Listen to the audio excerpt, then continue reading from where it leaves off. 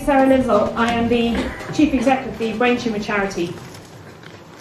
And it is a great privilege to welcome you here this evening on what really is a pretty cold and wet, grim February evening.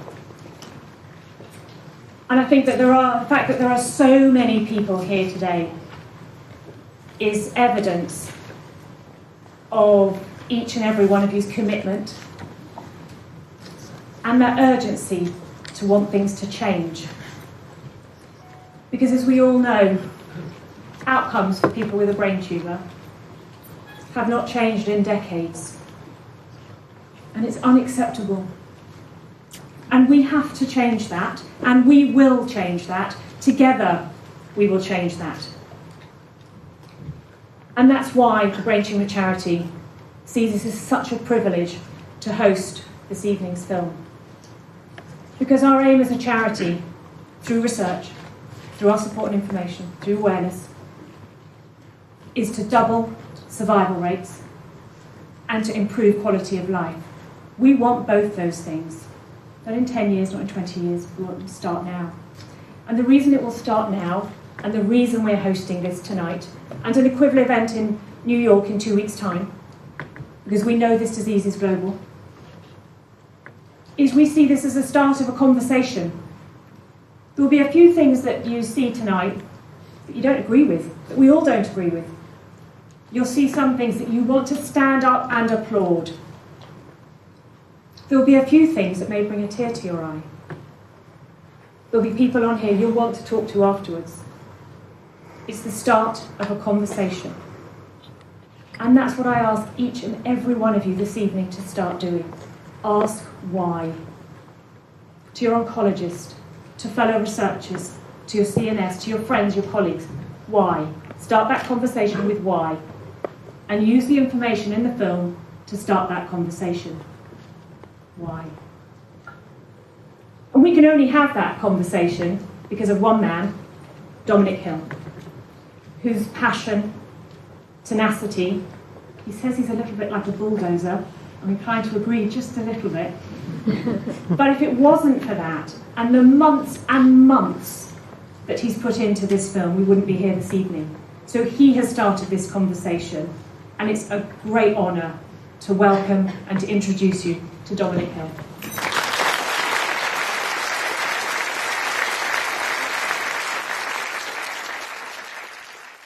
Okay, so thanks to Sarah and the Brain Tumour Charity for giving us the platform to deliver my film to its intended audience.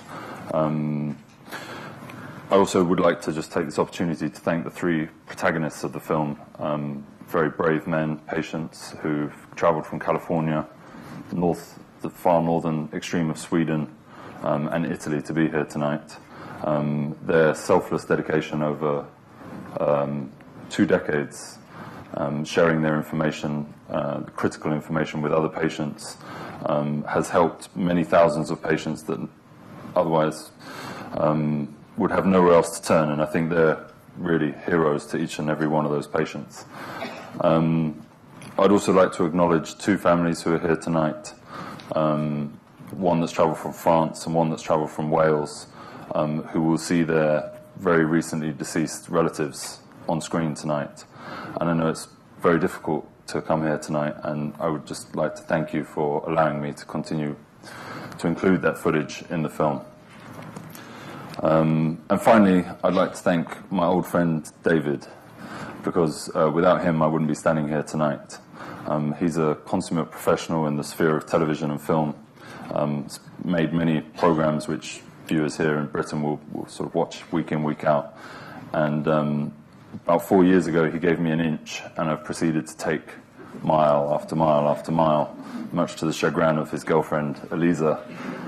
But considering that you weren't affected personally by this disease, I think that that makes your contribution all the more extraordinary. And I'm not sure I would have done the same thing in your shoes, so half of the credit should go with David.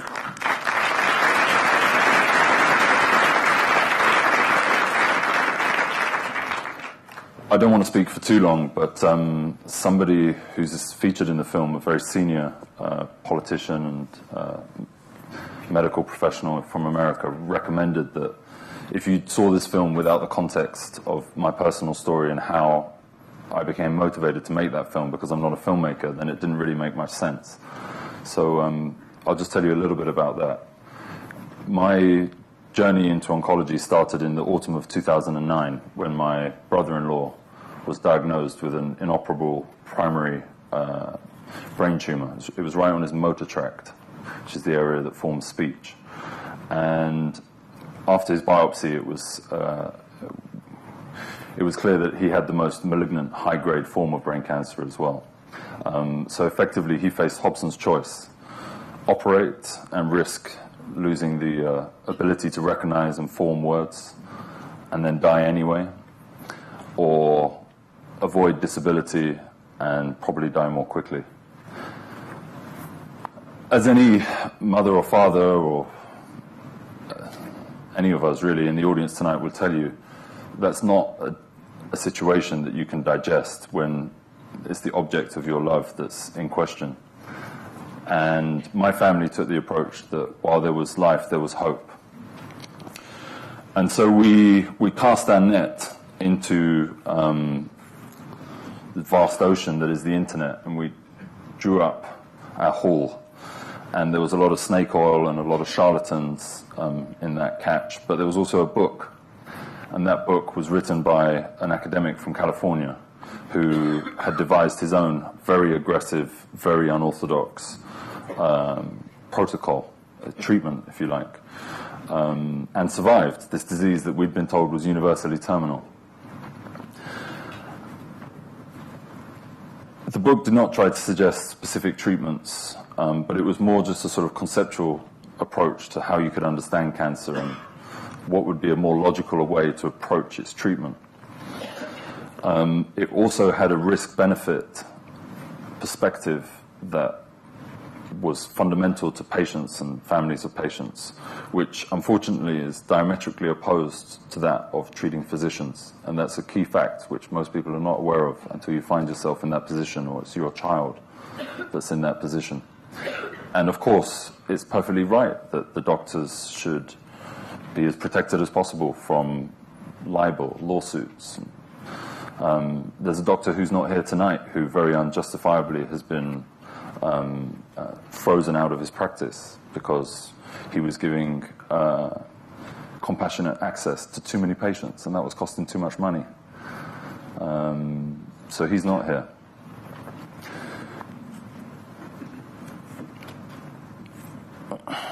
The book was written in a very clear hand, and it offered a very balanced evaluation of all treatment options. After reading it, some shocking truths or shocking realizations came into focus for me and my family.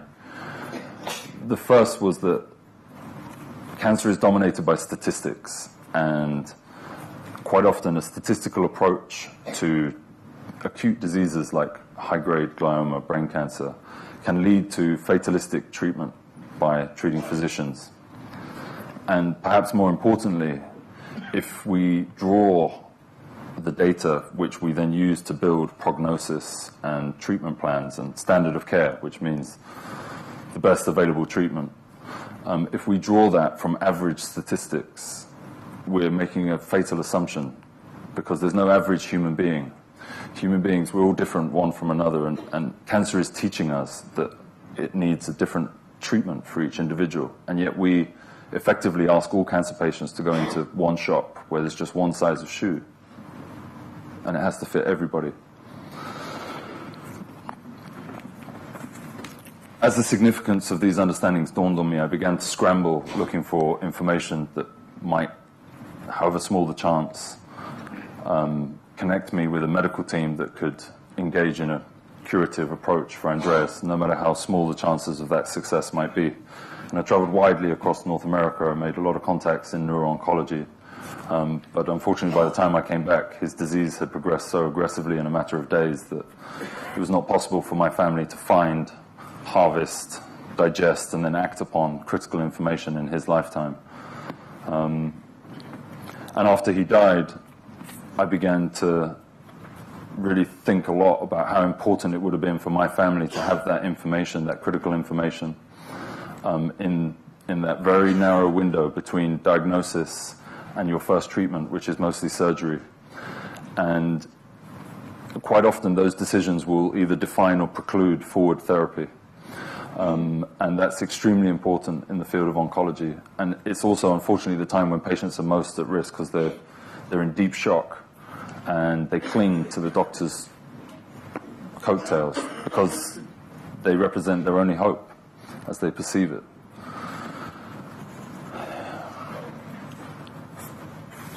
In short, it was effectively this sense of a deep injustice on the part of the patient which made me decide to make a film. And I used film as a medium because I felt it would be easy to translate into many languages. The film's currently being translated into 19 languages as we speak. And I felt that film was a medium that would be easy to understand. It would be bite-sized.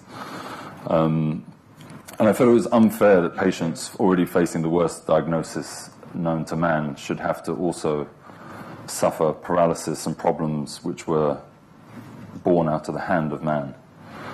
And if you look at the paradigm of oncology today, every stakeholder's interests are protected. Justifiably so. You know, legitimate economic interests of pharmaceuticals. I'm an entrepreneur. I have no problem at all with pharmaceutical companies. They're pursuing their legitimate interests, as are doctors practicing, dedicating their lives to treating people. I don't do that. I can't hold a torch to doctors in terms of a moral torch, let's say. Healthcare providers, they need to make sure that they don't get sued. All of these stakeholders legitimately protect their individual interests. But the key difference is that they are long-term stakeholders. They're there for the duration, whereas the patient is there for a very short period of time. There's a lot of churn. Okay, so that voice doesn't really get raised because the people die in acute illness, and often the people left behind have very little appetite to rake over the events that cause them so much pain, or indeed engage with the wider, more intangible problem of cancer treatment and how we could make it better. In rare cases, people decide to act. I'm here tonight because a mother and father in 1996, when they lost their teenage daughter, decided that maybe the only way to go forwards was to spend the best part of the rest of their lives fighting in her name. I'm here tonight because an academic from California who'd used his very scientific and logical background to ameliorate his position and actually helped him survive. He's still here 20 years later. They said he was going to live a year. But he could have kept that to himself and gone to the mall or watched a ball game. But he didn't. He wrote a book and he shared that information. And there are patients here tonight who are in the film and who are alive, probably as a direct result of him choosing to write that book. So I stand here today really on their shoulders, and I'm just trying to amplify their voice to a wider audience. I'm sorry. I'm nearly done. And thanks to technology, patients are becoming more equal stakeholders in the decision-making process that defines their treatment. And it should be so, lest we forget that imprimis, doctors are consultants.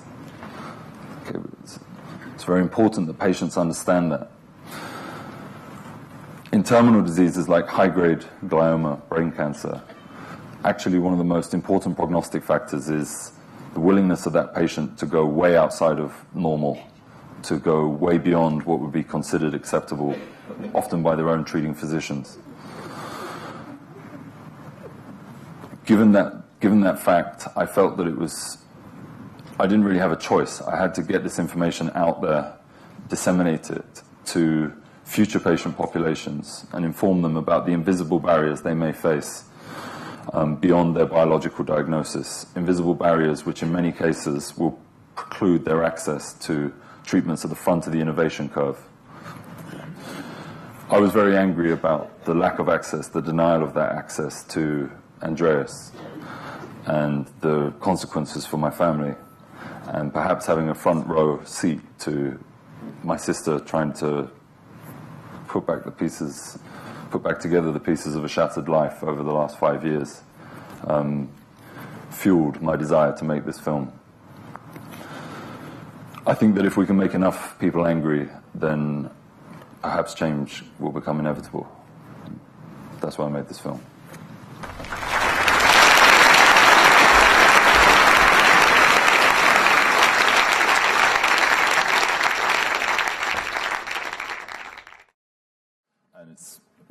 privileged to welcome Matt De Silva to the stage.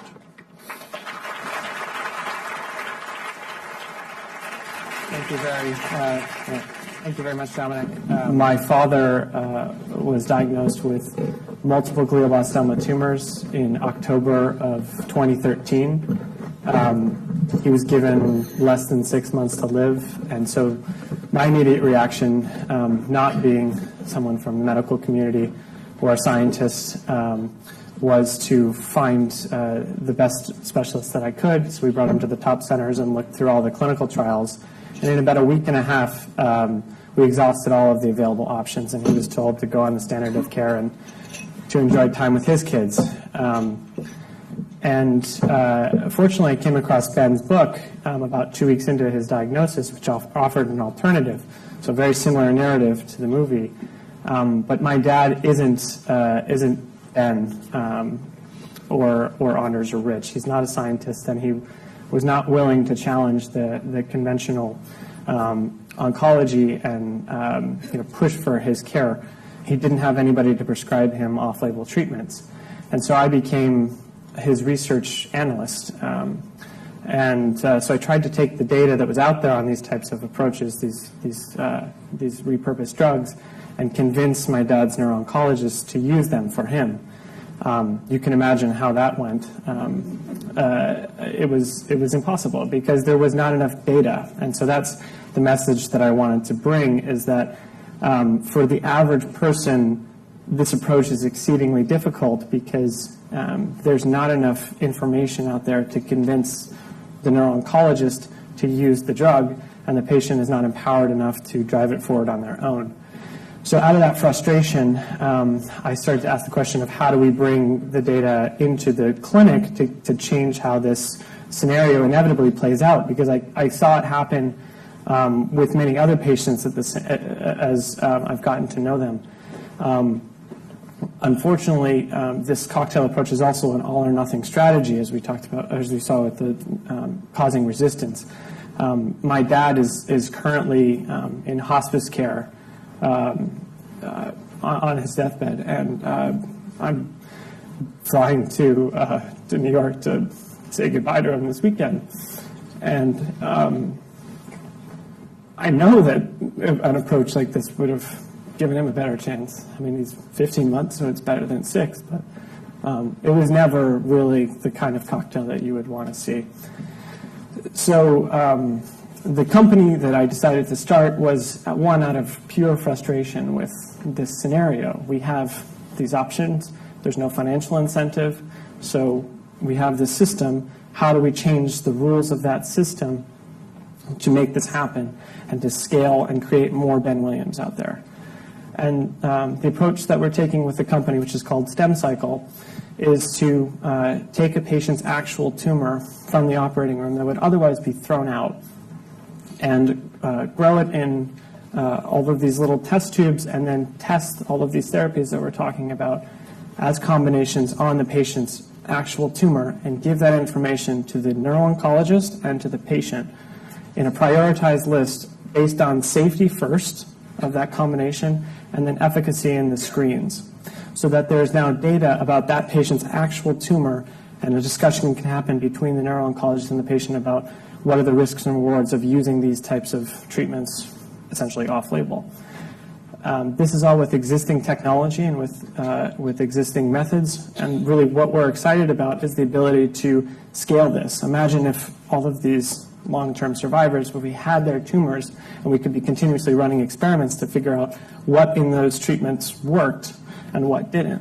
The only way you're going to do that is if you have the tumor to run these experiments on. This is truly a scientific method. So as we scale this out, we'll start to see patterns from the patients, and that's really where we want to go, is how do you have a recommendation engine that suggests which drugs to take instead of just a searching process. So think of it as like Netflix or Amazon. When you see a movie, it suggests 3 other movies that you might want to watch. That's based on both your preferences as well as the preferences of people who look like you, to the algorithms that are making the decision to show you those movies. What if we had that for cancer? What if when we got your tumor, we could say, well, this looks like other patients that we've treated successfully with these 3 drugs. And it's based on both your tumor itself, based on the genetics of the tumor. So that's the approach that we're trying to take with StemCycle. It's about 6 months old at this point. If anybody's interested in learning more about it or getting involved in any way, please feel free to reach out to me personally. I'll be around after the film or on our website. But what I would say is that what oncology and what these patients really need are those of you who are moved by the film and want to get involved need to stand up and do something about it, because it's so easy in the face of something so terrible to just walk away from it and say this is somebody else's problem. But this is really, an example of this. These are problems that all cancer patients have, and with so many people, everyone here has obviously been affected by cancer. So I would really encourage you to get involved in any way they can. Thank you. Thank you very much.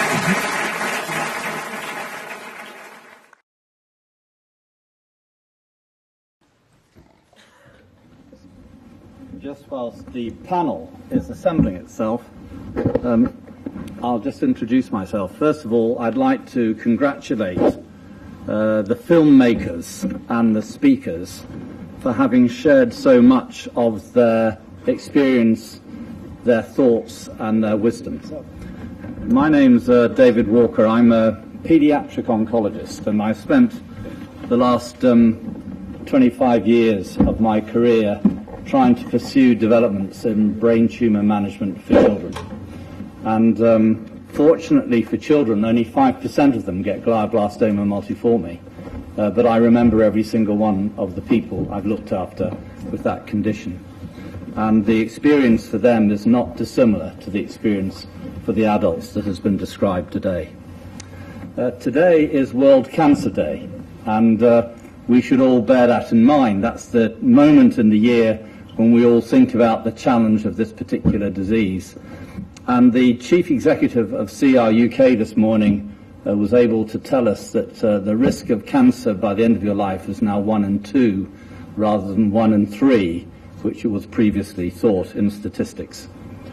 Glioblastoma, as you've heard, is a tough disease. It's the hardest one to treat, and in children it occurs in different parts of the brain, and it occurs in the brainstem quite often, and that is a disease which very few of us have seen long-term survivors ever, although I do have one young person who's now 17 who I'm treated when she was 6, and she came to see me the other day and gave me a big hug, told me about her life, and I was remarkable. I've got a photograph of her, and she's done very well.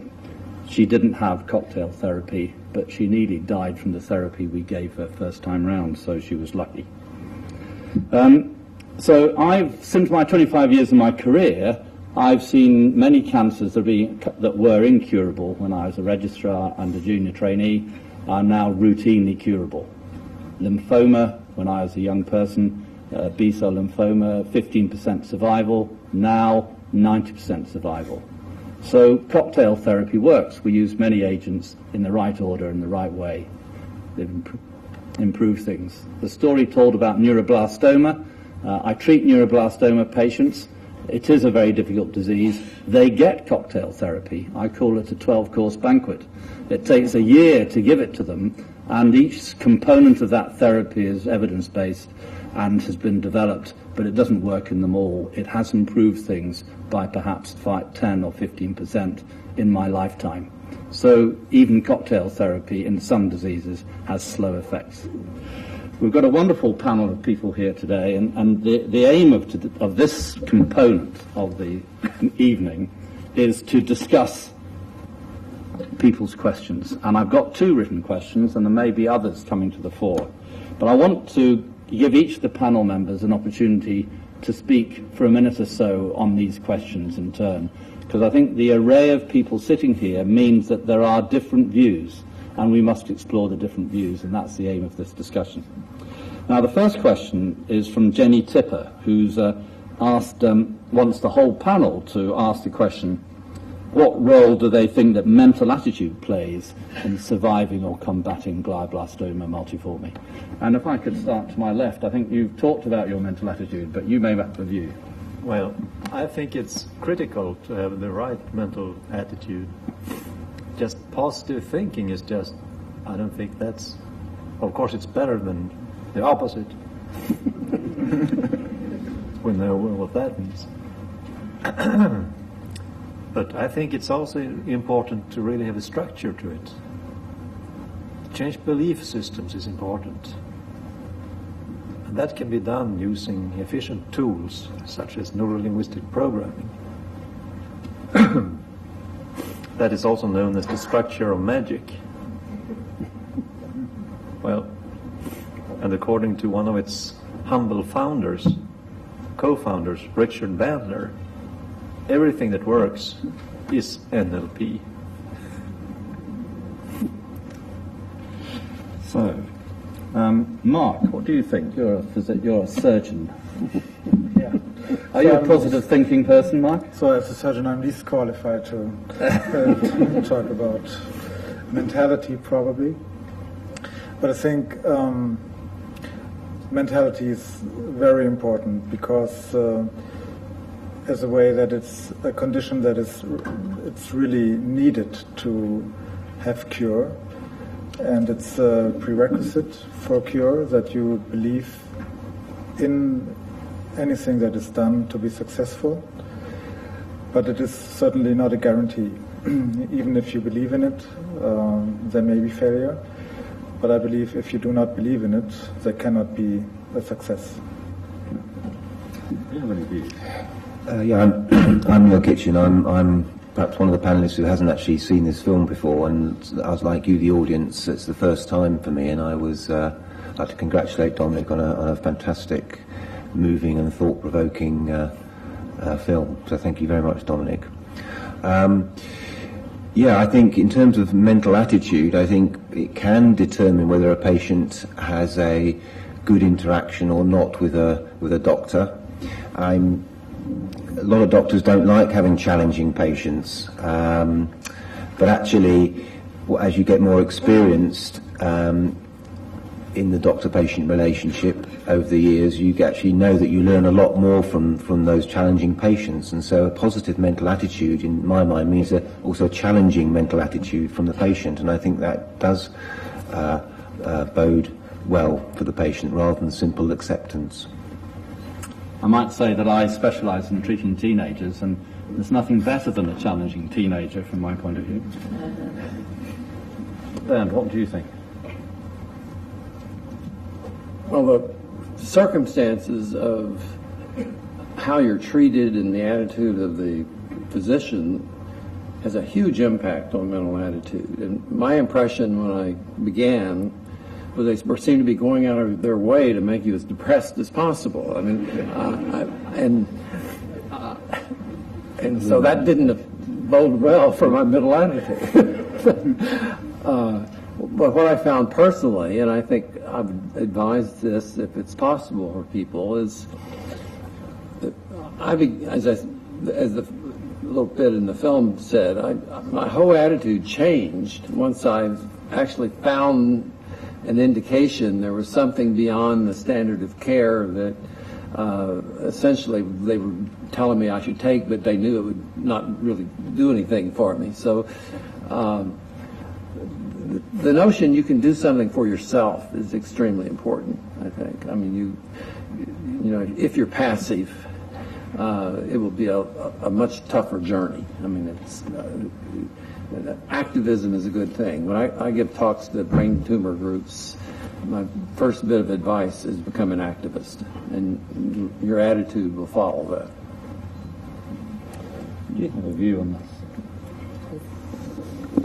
Maybe I should just present myself because I wasn't in the movie either. My name is Lydie Meehuis, and I'm the managing director of the Anti-Cancer Fund. We are a private foundation, and we will be supporting the trial from Mark on the Cas9 project. We are supporting more out-of-the-box projects like the one from Mark, and what we are trying to do is really to expand treatment options, valuable treatment options for patients. So we look at a lot of data. We try to be evidence-based, and in our research we came across several studies that indeed where there were data proving that activism or social support or psychological support really could have an influence on survival. There's a very large multivariate study in glioblastoma involving a very large number of patients, and that showed that marital status was the most important prognostic factor. And so if you've got a partner, keep them. Would you like to comment? On the question of attitude. Yes, attitude. Well, I think attitude, a good positive attitude is very important. I mean, I knew I had one. I went through the same experience that Ben narrated, that is a few weeks of depression and then beginning to learn about the alternatives that would have kept me alive longer. And I think attitude was for me very important. It's although it has to be channeled in the right way too. So there are some people that might have a very positive attitude and go off and do something wacky and destructive. So it has to be a good positive attitude, but also channeled toward productively getting the most that you can out of the system that exists, and then pushing the system to give you even more. That's what I think. I'm going to pick Ben up on phraseology. He's a psychologist and so on, and I'm allowed to do that. You talked about what they said. And when people say, what are they doing to me, it means that you're not always connected with them. And it happens in institutions. They talk about they're doing this to me. And I always say to people, we're in the institution, so they is us. And so it's really about how we do this together. And sometimes that is the issue, is how does one develop a connected relationship with one's clinician to share the problem, share the approach. And I think this leads into the next question. What does the panel think is the single most important thing we can do to change the system? Because I said a thing about them and us, because actually we have to change the system together, the panel of patients and the clinicians and the researchers. And it's what can we do to change the system? And I'm going to perhaps ask you, Mark, to start. Well, I think it has been mentioned in the movie multiple times that we can take the AIDS movement as a paradigm for oncology, which means that we need to have some pressure group among patients in order to change, or first not to change legislation at once, but to create political pressure and to maybe inspire legislation to change in order to create different incentives for pharmaceutical companies to develop drugs. I think that's the foremost factor that can influence the current status and that can bring about change. And other than that, we need a medical community and physicians who are open to change and who are also willing to use the leeway that is already existing in prescribing drugs off-label and to conduct treatments in the framework of compassionate use. So I think we need to have more courageous physicians, and we need a transparent process in order to have different treatments and accept slightly or moderately increased risk. I think these two things are the most important factors. Yeah, what do you think? Well, I would say streamlining is in the UK to do with two things. One is, I think, neuro-oncology surgery, because I'm a surgeon, should be considered a proper subspecialism in neurosurgery. I think it's still considered as general neurosurgery. And I think that having a more focused surgical population will enable better treatments.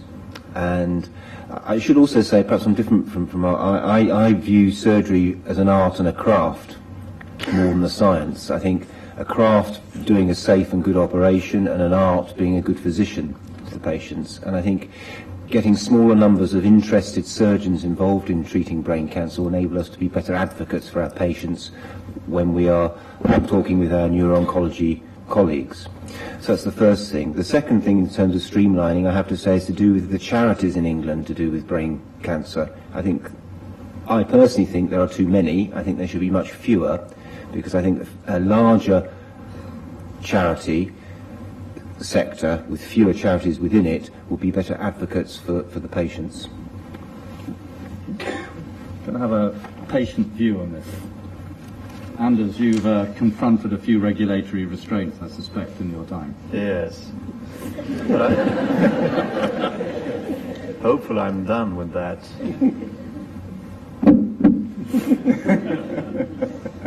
But I think to change the system, one could possibly try to work inside the system. Like Dominique told me yesterday that there is a current effort to start up a real clinical trial of a matrix, a drug matrix.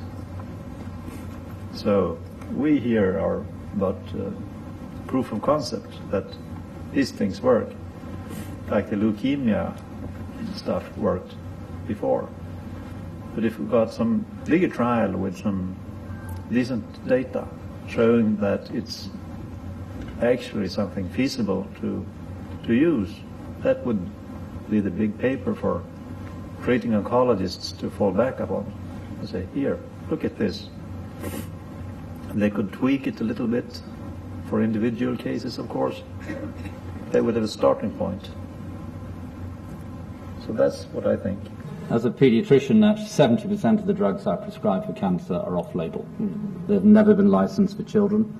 The evidence for their use comes from trials, and the companies have never invested the money to put them through the licensing process. The process of developing new drugs, there is an offer of extending the license if they do testing in children, but by and large that is seldom taken up. And so drugs, children are really, with the regulatory restrictions, are being restricted in their access to drugs except through formal clinical trials. Anti-cancer, you must have a view on this.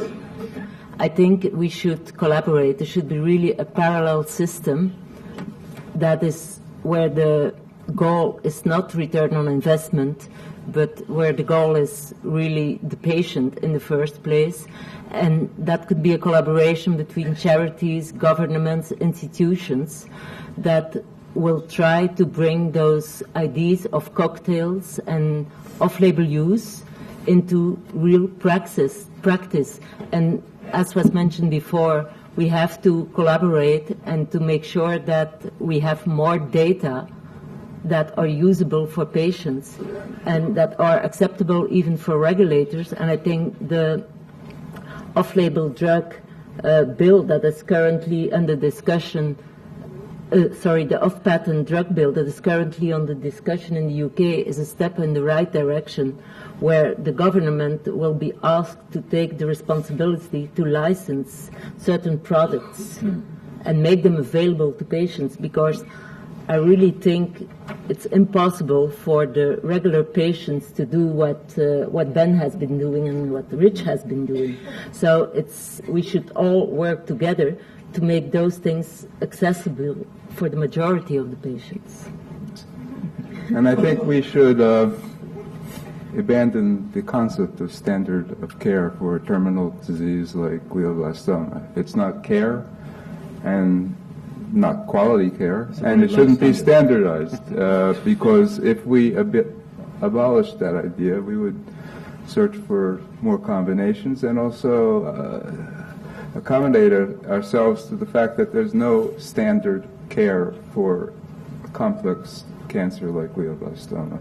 There's no room for a standardized chemotherapy schedule for those who have been proven that they'll likely not benefit at all from chemotherapy. Treat people as individuals. So I've got a question here. Could cocktail therapies be effective for all brain tumours? Who'd like to comment on that? Ben, your book is, so you put yourself out first of all and people have followed your lead. Have you heard, because obviously there are many more tumours in glioblastoma multiforme. Some of them do well with conventional treatment, but even the conventional treatment is, I'm thinking of an oligodendroglioma, for example. Even the conventional treatment that works best is a combination of 3 chemotherapy drugs. So whether that will extend to some of these other things, there's really very little data, and I'm not enough of an expert about the genetics of the different kinds of, I mean, medulloblastoma I don't really know much about, so I wouldn't want to hazard a guess about what kind of combinations might or might not work. But I think the precedent with oligodendroglioma has been there for a number of years, and so I guess I would hazard the guess that it would certainly improve the chances of something working. Whether it'll do more than that, it's hard to say. I might chip in here. As a pediatric uro-oncologist, if I see a patient with tuberous sclerosis and they have subependymal giant cell astrocytomas, I can give them one drug and they melt away and they stop regrowing. So there are drugs that work really very specifically. And medulloblastoma, chemotherapy is important, but radiotherapy is really important. It cures them along with the surgery. And then intracranial germ cell tumours, chemotherapy probably can cure 70% of them, and radiotherapy as well gives a 90% cure rate. So there are things that can be done in the other tumour types. The focus tends to be on glioblastoma because that's the commonest disease in adulthood, and you, Neil and Mark, experience a lot of that. The next question is do you amend your diet while taking a cocktail? Do you think there's any approach to dietary modification and a vegan approach, perhaps? Has anyone got any views on that? I could chip in there. I don't believe in vegan, no. I go for a ketogenic diet, very similar to the initial phase of Atkins. I eat fats, and some protein. An egg or two a week is enough. But real butter and whole eggs, full cream, definitely. And coconut oil. Deodorized, preferable, is the best. And I've been on that for 6 years, and no ill effects. Because, good point, cancers feed on high blood glucose levels, but cannot transition easily to feeding on ketone bodies, which are fatty acids. And this has been substantiated by tons of research by Professor Thomas Seyfried and his work on ketogenic diets in the management of cancer. He's written a huge book on that recently. And anyway, butter is good. That's probably the most important thing you've said there. I mean, I think the dietary issue is being actively discussed, and there are strong theoretical bases. And in pediatrics with severe epilepsy, ketogenic diets are effective in controlling the epilepsy. And so there are evidence that it has a profound effect on the brain, and whether it affects the brain tumour in the way that we suppose is an intriguing question, which is actually being investigated in laboratory experiments at the moment. So I think it has some mileage and consideration. It's difficult to live with, however. I just want to add there are currently clinical trials running on ketogenic diet in glioblastoma. Yep. So we hope we will get some answers. Okay, I've got a question here, and I think this is a really important one we haven't really grappled with. How do you feel, and how do the oncologists feel about people taking drugs without their awareness and knowledge, when they take responsibility for them and they choose to do their own thing but keep on visiting them? It's okay to do your own thing and not visit them, but if you do your own thing and visit them, how does that come into the relationship? of the doctor-patient relationship. Who would like to talk about that? I mean, as a surgeon, I only really want to know, are patients taking drugs that might affect the risk of surgery? So quite a lot, and so in commonplace people are taking aspirin or what have you. So I just want to know, are you taking anything which you might want to tell me about which might affect the risk of surgery? So as long as they're not, then I don't really mind. Mark. Yeah, same thing. I think the question is more the problem, the psychological problem on the patient side, I think. And the question is, why is the patient holding back this information? Because he or she is probably not feeling comfortable with telling the treating oncologist about all the medications. And I don't think it makes so much sense to have a relationship with a physician with whom transparency is not possible. And one should probably consider finding someone with whom everything can be discussed openly.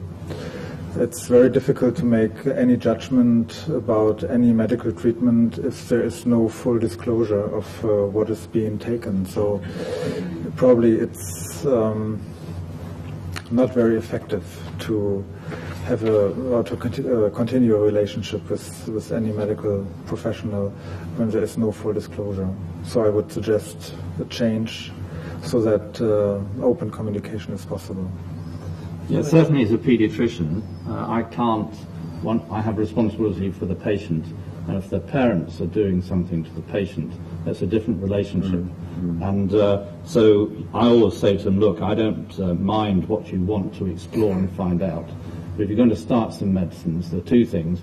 The child has to want to take it and be comfortable taking it and not be made ill by it, even though you may feel very driven to give it to them. And also I need to know what it is because we need to discuss the toxicities. And so I would want to know about additional drugs if I was going to take responsibility for being somebody's physician in a child setting. In an adult setting, of course, you are your own self, and that's a different dynamic. And I think the concept of cocktail therapy is scientifically justifiable to be investigated. And I think that's what the film says tonight, is that the justification of investigating combination therapy is strengthened by this film. And we have a duty in our professional roles to explore that with our colleagues and discuss it. And you're obviously doing that very actively, which is to be commended. But you said in the film the discomfort or the feelings you had about going outside the box of the physician-patient relationship. Well, I was forced to. I mean, and I think that's what my experience is quite typical, which is I was pretty sure that I needed something beyond the standard of care. I made a suggestion to my neuro-oncologist, what I thought at the time, based on the evidence, was the best had the best likelihood of helping me. And he adamantly refused, even though at the time he was running a clinical trial with it. So it was not like he was unfamiliar with the drug. And what was my alternative? I mean, and I have seen this over and over again. Patients have very good justification, bring in papers to the oncologist and want to do something, and they don't get any cooperation, zero. So it's not that the patients want to do this. It's not possible to. I mean, they don't want to not have professional advice because obviously patients don't know what the trained professionals know. But if you think that what the trained professionals are doing doesn't have a chance of saving your life, well, be practical. I mean, you're going to try and do what you can. I agree. I think we're coming to... Would that chip in something right there? It's also a matter of the medical doctor to understand whatever is brought in.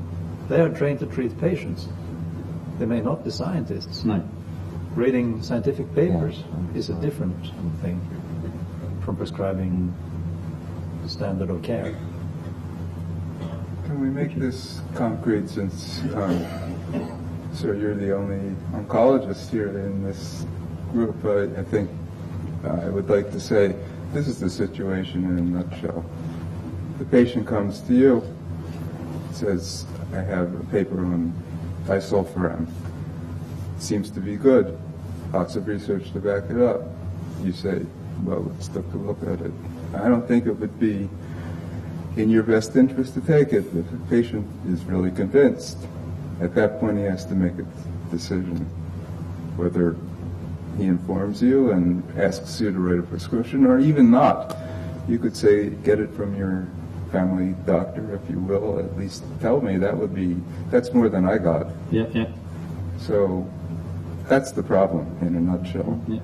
Sometimes the supervising oncologist doesn't want to know. No. And so we're forced to go this way. I didn't want to. No. So I don't know. I guess this is a question for you, Doctor. It is. That's why I've told you what I would do in my practice, in is So knowing adult- what's going on and being part of that process, and not feeling necessarily you're the only answer to the problem. Actually, I think the being connected to your clinician. Of course, there is a huge pressure on people in working in these environments. They're dealing with very large numbers of patients, and that is sometimes a constraining influence. I think we've come to the end of our time. In fact, we're 5 minutes over, and I've just wanted to finish off by putting some summary of things together as to what we might all think would be something we look forward to and work together on. And I'm just going to read out some statements I was writing as the film went on. Sharing information with patients based upon the group experience rather than individualized results is the starting point to the difficulty.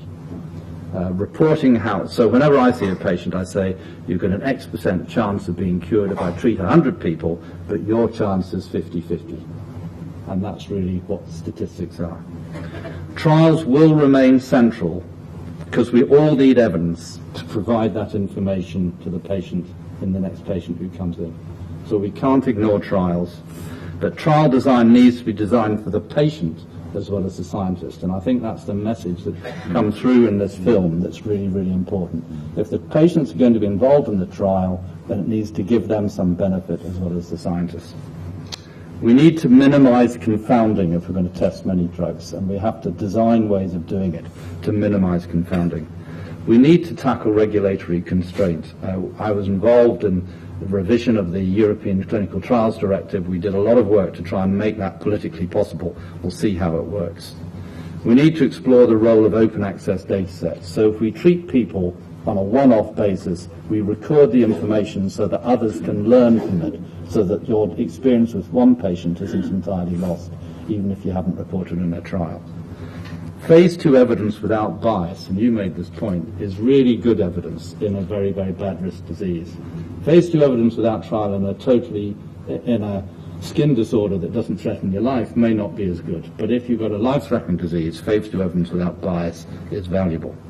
Research changes outcomes beyond the power of treatment. In children's cancer, just running a trial can improve the survival rate. It's not always the drugs you're testing that actually improves the outcome. It's made everybody do things the same way. So trials are good for everybody as long as they're implemented and done fairly. And so we need to develop adaptive trial designs in this field so that we can learn from them fast, so that we don't have decades or hundreds of years ahead of us to do. And I'd like to bring the discussion to the end, but thank all the panel members for having contributed and all of you for coming along. Thank you very much indeed.